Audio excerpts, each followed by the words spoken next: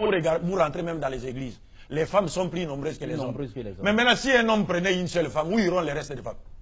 Elles vont traîner dans les rues. Mais c'est ça. C'est-à-dire, on est en train...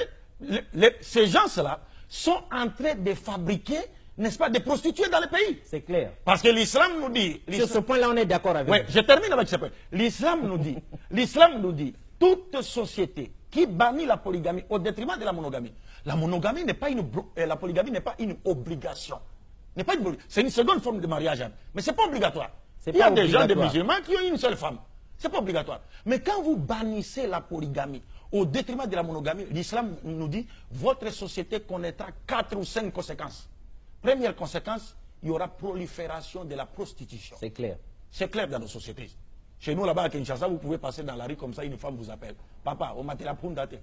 Même ici, on appelle. Vous ne voulez pas monter l'âne. Regarde comment il se rabaisse à ce niveau-là. Donc il y aura prolifération de la prostitution. 2, il y aura quelles conséquences?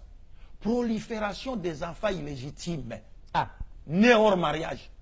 Quatrième conséquence, prolifération de l'infidélité.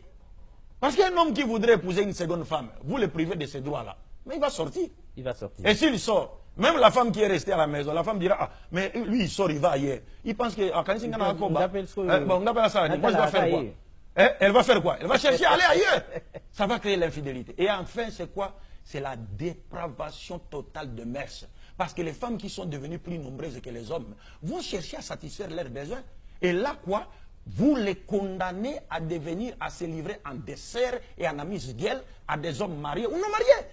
Et c'est ce que nous constatons. C'est ce que nous constatons. Mais maintenant, si on posait la question par rapport au taux de la femme aujourd'hui, le christianisme propose quelle solution?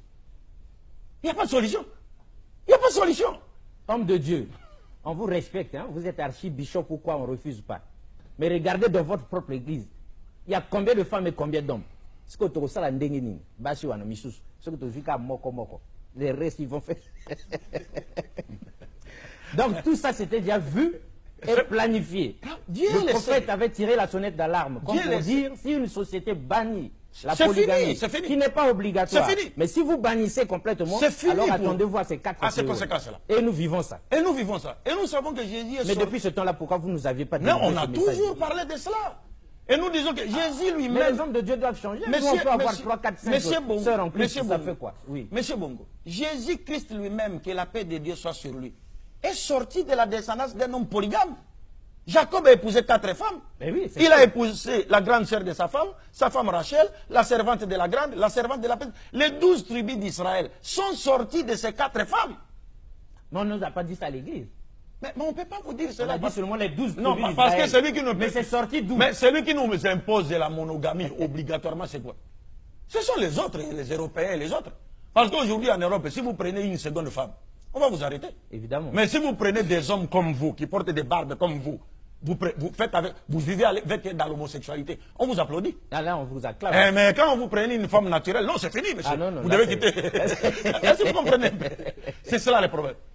Donc nous disons... Dépravation des mœurs. Dépravation totale des mœurs. Au niveau mondial. Au niveau mondial, dépravation totale des mœurs. Oui, mais pour revenir sur nous... Pour revenir sur le sujet... Pourquoi on ne laisse pas les gens sur leur faim?